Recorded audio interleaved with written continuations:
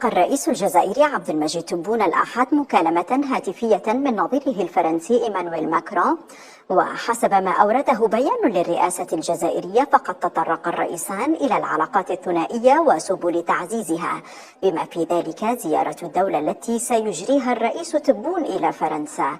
المصدر ذاته أضاف أن الرئيسين اتفقا على النصف الثاني من شهر جوان المقبل موعدا لهذه الزيارة، حيث العمل جار ومتواصل من فريقي البلدين لإنجاحها. متابعينا الكرام، على ما يبدو أن روسيا وفرنسا أخيرا قد وصلتا للاستنتاج الذي يقول على أن طريق الكبرانات كحلة زحلة. كما تتذكرون متابعينا الكرام، قبل أشهر كان عبد المجيد حشاكم يخرج دائما في لقاءات صحفية ويعلن على أنه سوف يقوم بزيارة إلى روسيا، زيارة رسمية إلى روسيا. وفي هذه اللقاءات الصحفية كان يحدد التاريخ ديال هذه الزيارات وكيحدد البرنامج وكل شيء. فسرعان ما كانت كتخرج أو كيخرجوا صناع القرار في روسيا ويعلنون تأجيل هذه الزيارة. تخيلوا معايا، وقعت 3 مرات. كيخرج عبد المجيد حشاكم في لقاء صحفي يعلن على أنه سوف يزور روسيا، كيعطي التاريخ، في آخر المطاف كيخرجوا صناع القرار في روسيا ويعلنون تأجيل هذه الزيارة. وقعت المرة الأولى، وقعت المرة الثانية، وقعت المرة الثالثة. الآن متابعينا الكرام، على ما يبدو نفس السيناريو سوف يتكرر مع فرنسا. كما تتذكرون قبل أيام خرجت ما تسمى برئاسة الجمهورية في حضارة الجزائر تعلن على أن عبد المجيد حشاكم سوف يقوم بزيارة إلى فرنسا.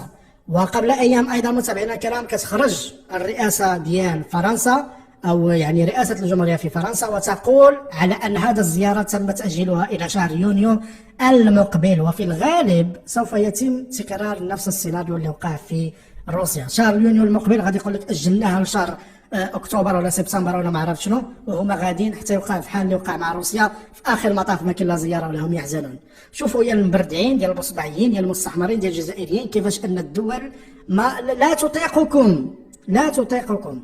الا لقات فيكم شي منفعه عاد كتعيط الرئيس الدنيا ديالكم، ما كانش عندكم معاهم منفعه كينخلوكم نهائيا، تكون زياره ولا ما تكون زياره في اخر المطاف القرار كيرجع ليهم هما اللي كيأجلوا الزيارات. اما نتوما ولا هذه اللي كتسمى رئاسة الجمهورية في حضارة الجزائر ولا عبد المجيد حشاكم فلا يمكنكم فعل أي شيء سوى تقبل الأمر الواقع. وعلى ما يبدو متابعينا الكرام، كما قلت في بداية هذا الفيديو، أن روسيا وفرنسا قد وصلتا لاستنتاج يقول على أن طريق الكبرانات كحلة زحلة. متابعينا الكرام، أراكم في فيديو قادم.